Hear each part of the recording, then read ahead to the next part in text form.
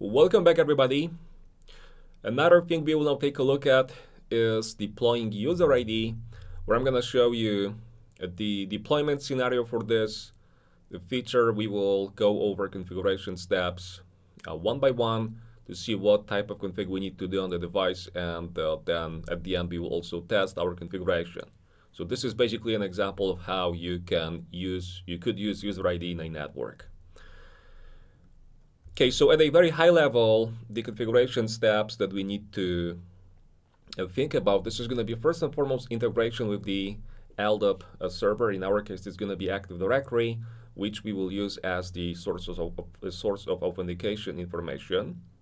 Then the second step is going to be to account for user mappings. Okay, so this means that, well, since in my case, I don't have any type of user agents installed on the firewall or ID, we will rely on the captive portal, or basically authentication portal, to build the mappings, which means that we have to designate one of the interfaces on the firewall for the portal itself. We will need to configure the portal settings and also add an authentication policy rule to trigger the authentication process. So the idea is that once the user sends some web communication across the firewall, it is going to trigger authentication. The session is going to be redirected to the authentication portal, which is hosted on the authentication, or just the captive interface. And once the user authenticates, we will enforce our policy for a given source zone. This is going to be the zone where the user belongs to. The policy is going to be enforced through the security policy rules that are built, including the user identity factors. So we will have to also reconfigure our security policy. Okay, so let's take a look at this step by step. We're going to start our configuration by creating a LDAP profile. So this is needed so we can reach our Active Directory server and eventually perform authentication. So we can kind of like integrate our firewall with the AD so that these two devices can communicate. Okay, so let's take a look at this under device, then server profiles and LDAP. Let's create an entry for that. I'm gonna call it AAD-profile, where we will add an entry for our server. Let's call it AD1. Okay, the server in my case is connected to the management network, and it uses 172.16.1.100. So this is the address that I need to configure here. Okay, we will leave the port to 389. And now, since my LDAP server does not use SSL TLS for LDAP, it uses plain LDAP, we will disable require SSL TLS secure connection, then select type to Active Directory, and assuming that the firewall can reach and talk to the AD, we should be also able to select base DN. It should give you a list of base DNs, so you can choose the one that you need. So this information is taken from the server itself. So this is also telling you immediately that you have some basic connectivity to the Active Directory server. Okay, for authentication, in my case, this is going to be the administrator account at cybrec.com with a password CybrecPW exclamation mark. This is the LDAP profile that we need for communication with AD. Another thing that we will do is that we will build configure group mappings to potentially select the groups, Active Directory groups, that we will want to use for user identification. So this way we can narrow down the scope of what type of groups we will want to use as we build our security policy roles. Device user identification group mapping settings, which means that we need to go over here and we want to take a look at group mapping settings.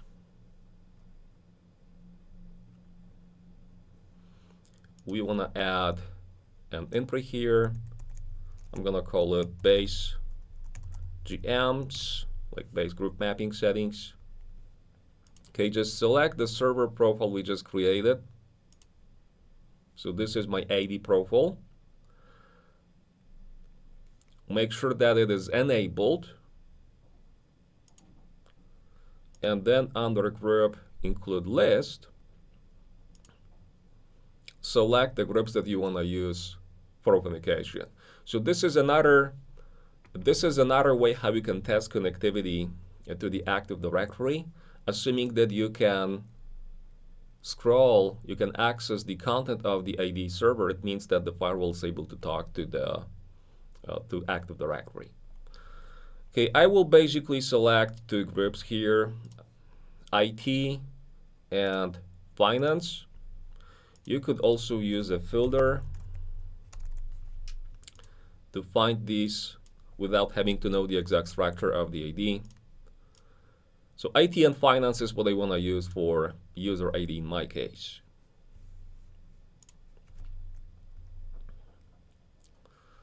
Okay, so maybe let's go ahead and quickly commit.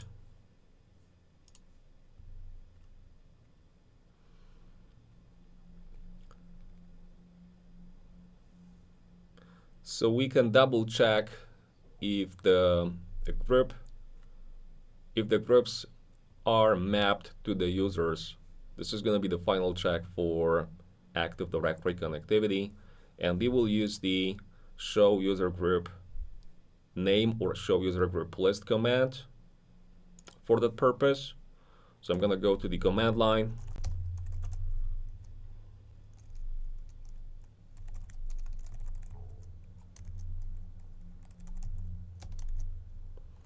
Show user group list. Let's start with this one.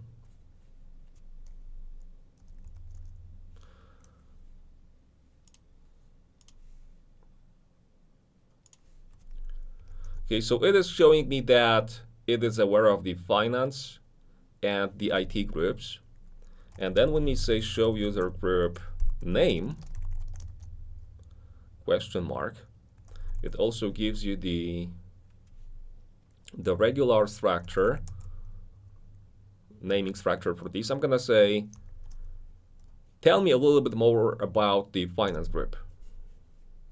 Okay, so it says that I just found two members that belong to the finance group. It's FinJohn and FinKate. We take a look at this for IT. We've got IT Rob and IT Sarah. So this is basically user accounts that we will use to test this configuration, some of them.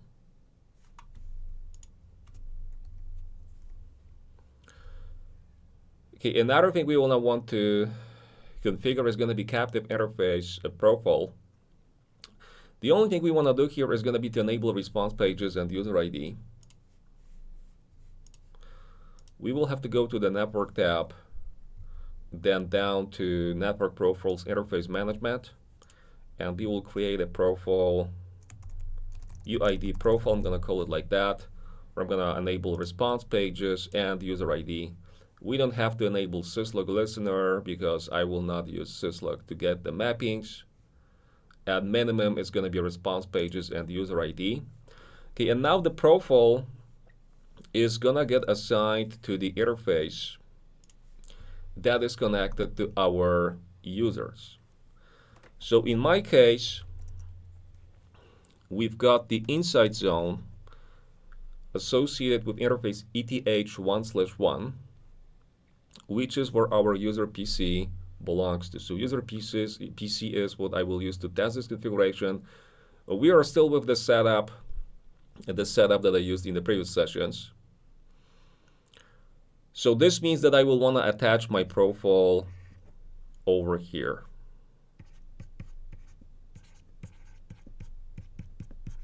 Because this is a source zone, this is the zone where the sessions will be, user sessions will be coming from. Okay, so let's do this. Let's go to the network interfaces, select Ethernet 1/1,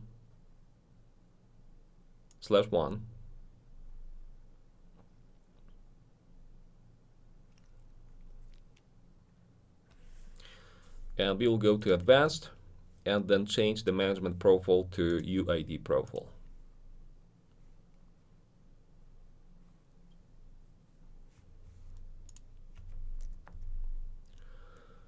Okay, if this was a different routing setup what you had here, you would also want to consider the service routes for LDAP and UID agent services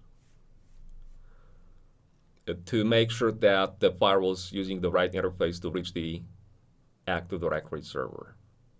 But in my case, since the Active Directory server is connected to the management network, and we know that it's the management interface what is used by the firewall by default to get to these, we don't need any additional configuration to get it working.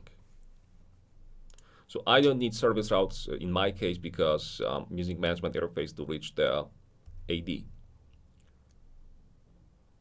Now user ID agent obviously in this case does not apply because I don't have it.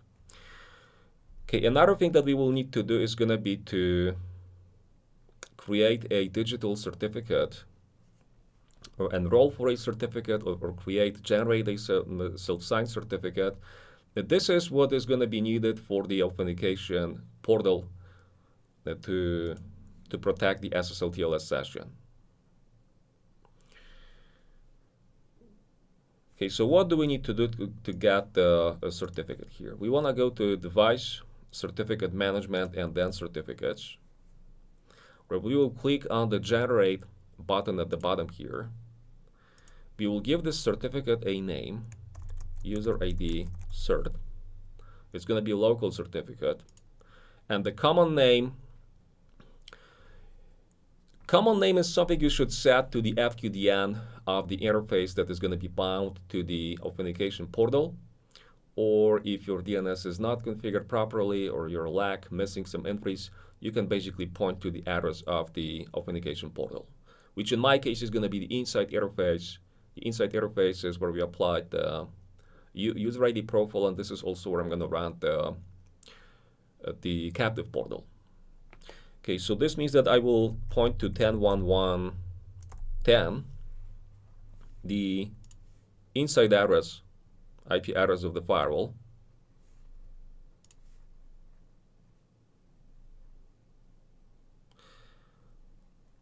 And I want to select certificate authority. We will leave the crypto settings, the default settings here, the default options here.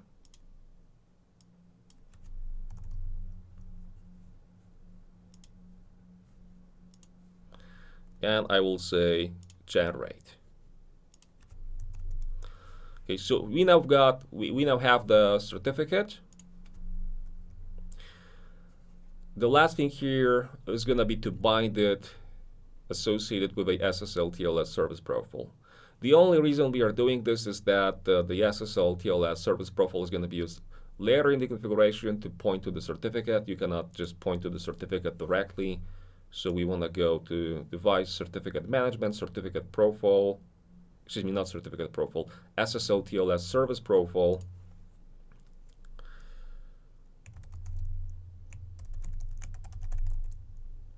And select the certificate. So I'm pointing to the certificate I just generated.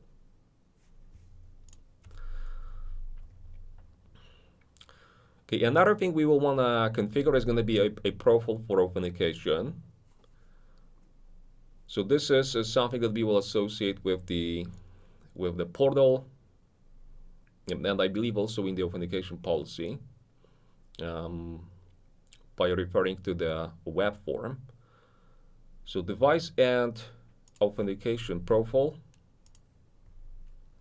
And just go ahead and create one. Authentication profile, where I'm gonna set the type to be LDAP. I'm gonna call it dash AD. And now the server profile is where you point to the LDAP profile we created in the first step during this session. So I'm basically telling it that this is for Active Directory. This is my Active Directory server.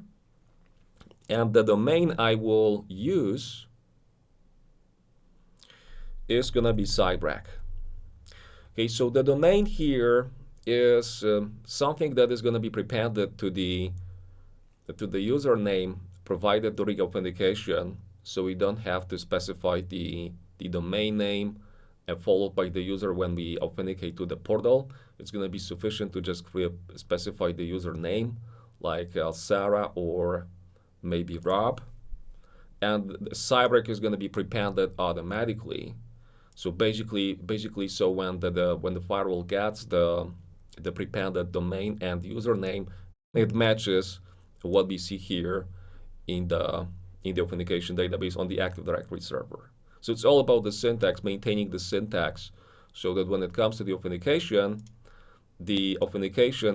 login string that we send to the firewall matches what it shows here under the group mappings.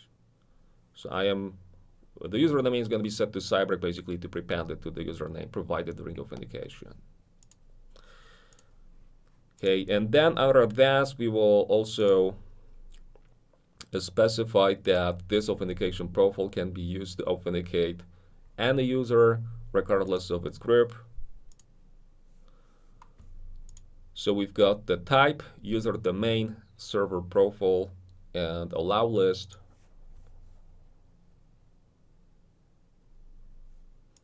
I'm going to accept.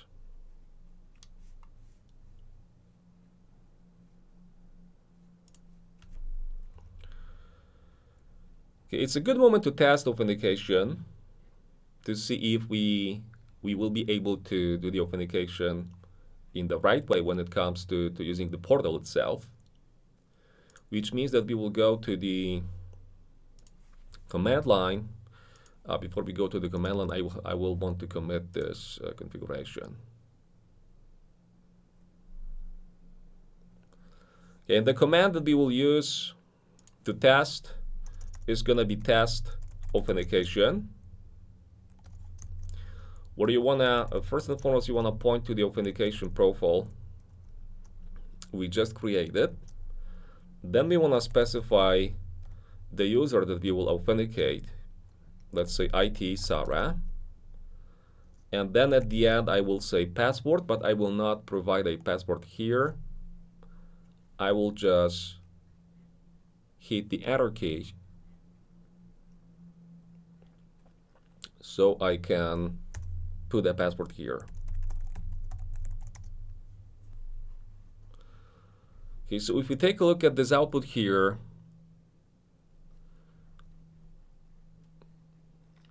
first and foremost, it says that IT Sarah is a match with our profile because the profile is configured for everyone. We start authentication with our Active Directory, and we use the management interface to reach the Active Directory server. This is the default behavior. We start a connection. We established a session. We send the information about the user, and we see that authentication is successful. Okay, so I'm also gonna assume that authentication for other accounts is gonna be fine. We will do this authentication on the captive, perform this authentication on the captive portal itself when we will test this config.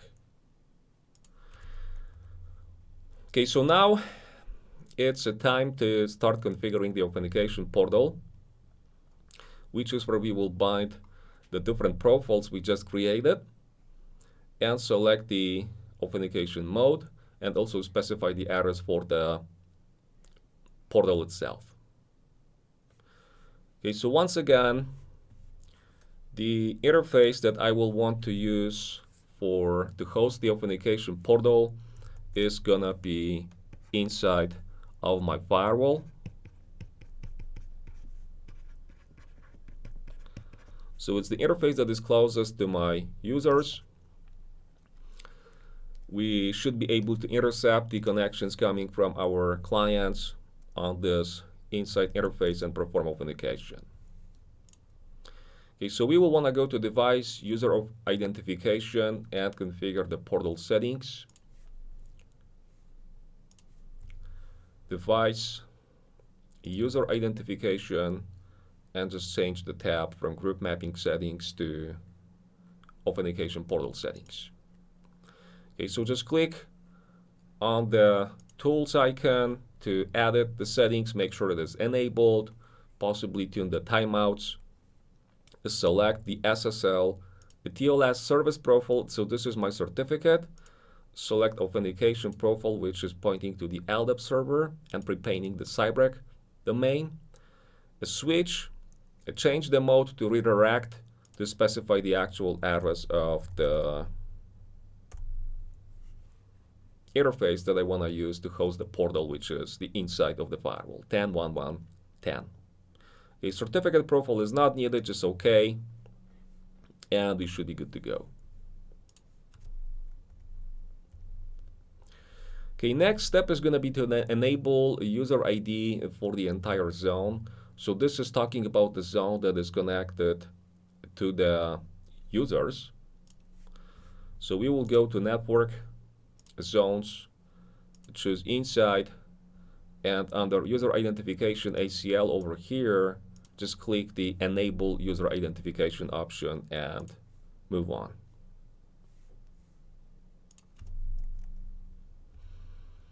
Now we should be able to configure authentication policy, which is what we will eventually trigger the authentication. Okay, so authentication is something that we will want to trigger for users that are not authenticated. So this means that we will select the unknown option, which is basically telling the firewall that whenever it sees a connection, a session, web session, coming from an IP address that does not have a mapping in the user ID database, it is going to trigger the authentication. In our case, since we don't use any other methods for mapping IP addresses to users, it basically means that it is going to trigger authentication for any new connection. Okay, so we will go to the authentication policy and create a rule. I'm going to give it the name user ID authentication, where I'm going to select the source zone to be inside. So we will be coming from the inside zone. And notice that you also want to select the unknown option for the source user here. You could also choose pre-login, which is for global protect. You could also build a policy for known users to override the mappings, or you could use any, which is going to apply to all sessions. Destination zone is going to be outside. We don't configure any addresses here to provide further restrictions for individual segments. We do it for the whole zone on a zone basis. Okay, under services, I'm also going to add HTTPS. And for the actions,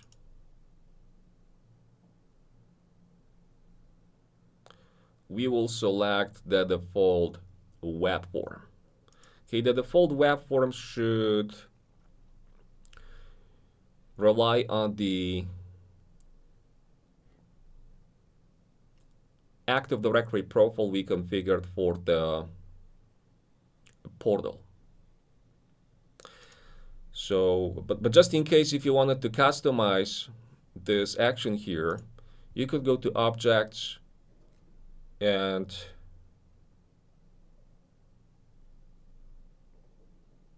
build an object for what is going to be its name,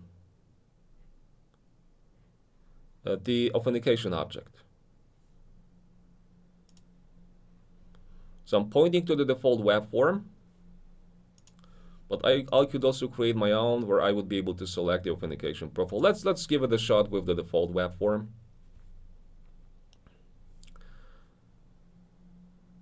Okay, so this is the authentication policy rule.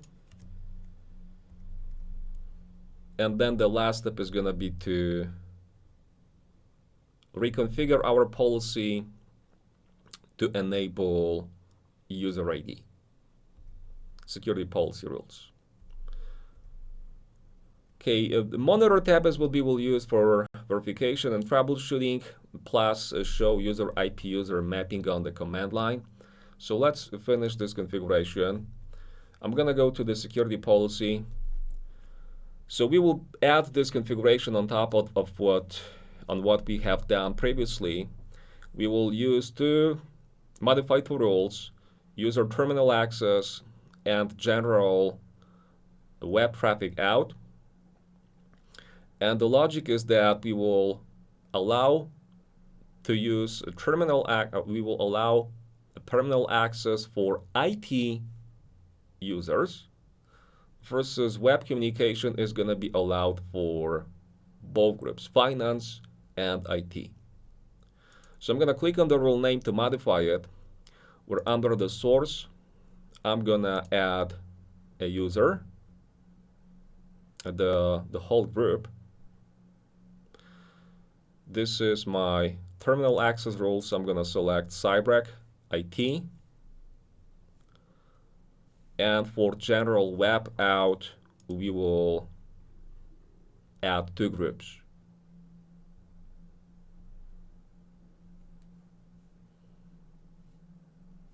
Okay, so go to the source user and select Cybrec IT and Cybrec Finance.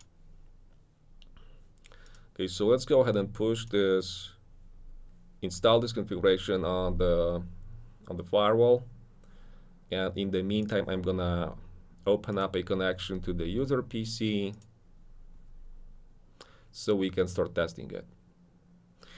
Okay, so just in case, if you experience some issues when testing this, especially when you get some SSL errors, the easiest way to avoid problems like that is going to be to switch to a different browser. And I know that in my case, Google Chrome is going to give me some issues. So basically what we will use to test it is going to be Firefox. Let's just wait for the policy to be installed and then start sending some packets. So what we will do is that we will start authenticating as one of the finance users, like finance Kate, which is going to be the FinKate account. And FinKate should be able to get to the internet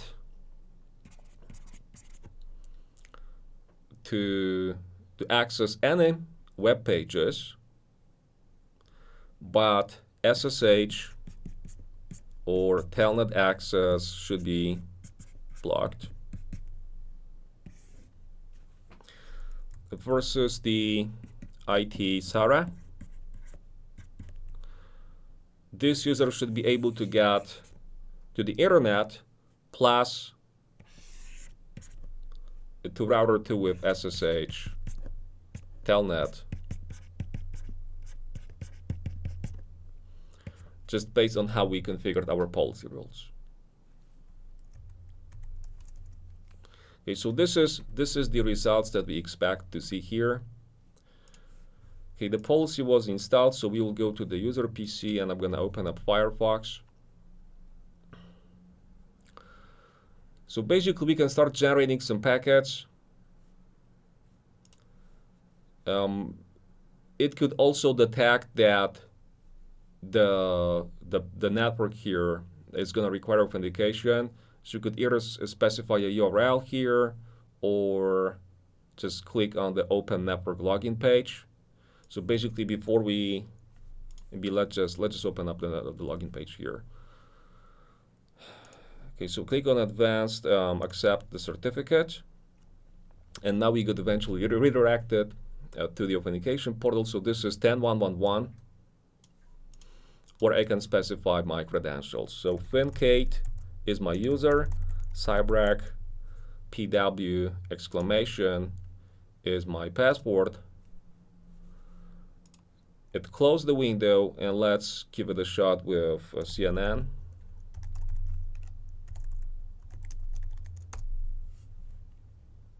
Okay, so we see that I can access CNN. We take a look at this.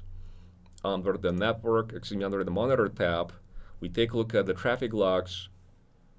Maybe let's get rid of the filter here.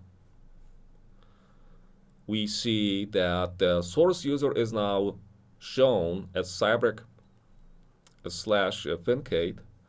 We take a look at the monitor logs user ID. We see the Cybrec authenticate being authenticated. We see the mapping user to IP. It knows that authenticate is 10.11.11.200. We take a look at this on the firewall, show user IP, show user question mark.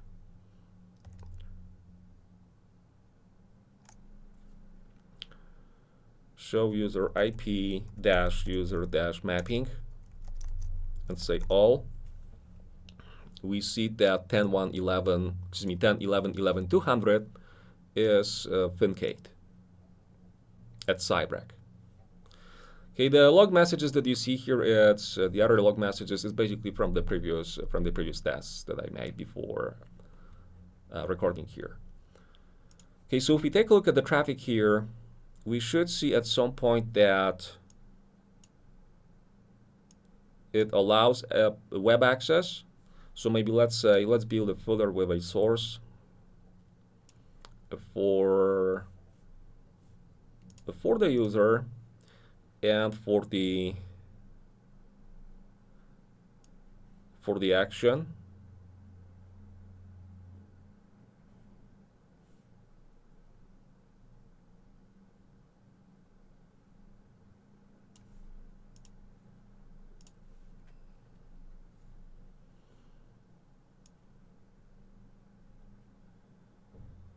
Okay, so we see that we've got matches here for 443. A general web out is a match. So one of these is also CNN. Now, if we take a look at that from the terminal access perspective, so go back to the PC, close this browser, and let's open a PuTTY and say that we want to use telnet to reach router 2, which is 192.0.2.2. We should see that the telnet to router 2 is going to be blocked. I'm trying to telnet to router 2 over here, which is on the outside. Let's take a look at the not equal allow in the filter. And we see that as we try to get to 192.0.2.2.23, which is telnet, the action here is deny. Okay, so we will now try to de-authenticate. I'm going to clear, say, show user IP, user mapping all, clear user cache, all, clear user ID,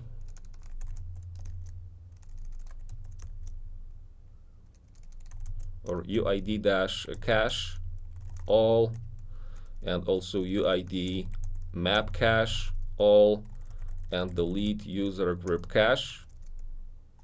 Let's double check the mappings. Okay, the mapping is still here. Let's clear this once again.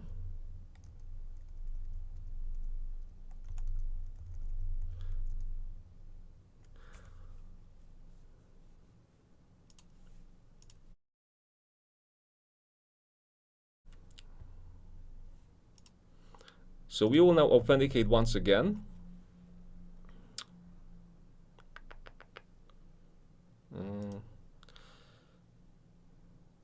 You know what, I'm gonna clear the history on this browser.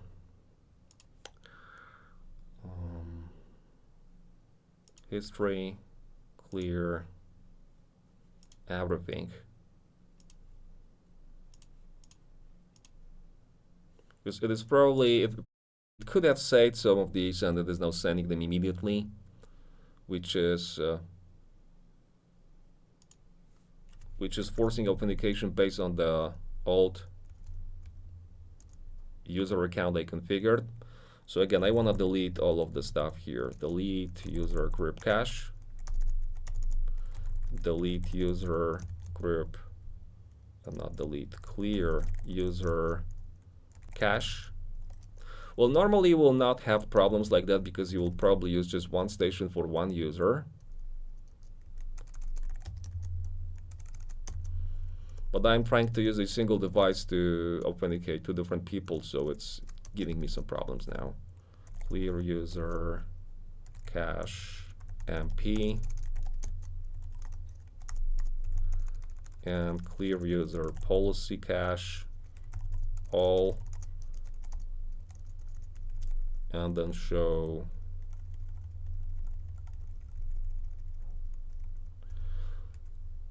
user IP user mapping all. It's still here.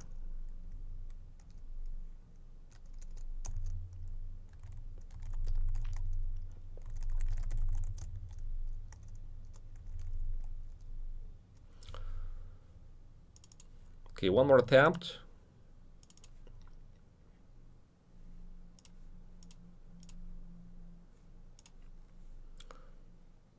Right, so it seems that clearing the browser session, browser history is going to help as well.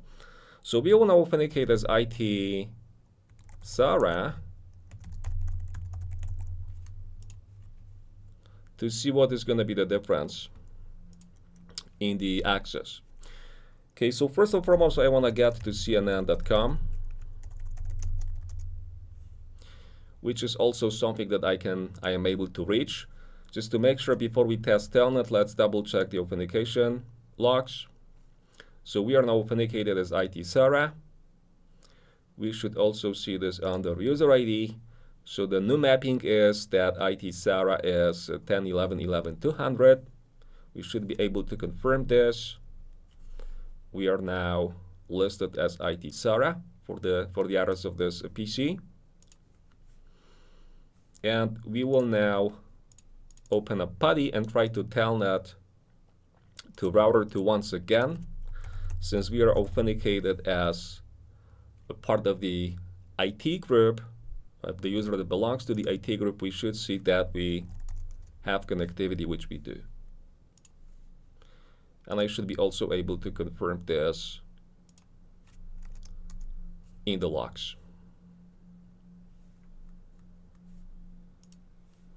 Let's just get rid of the user here, looking at the source, and 23.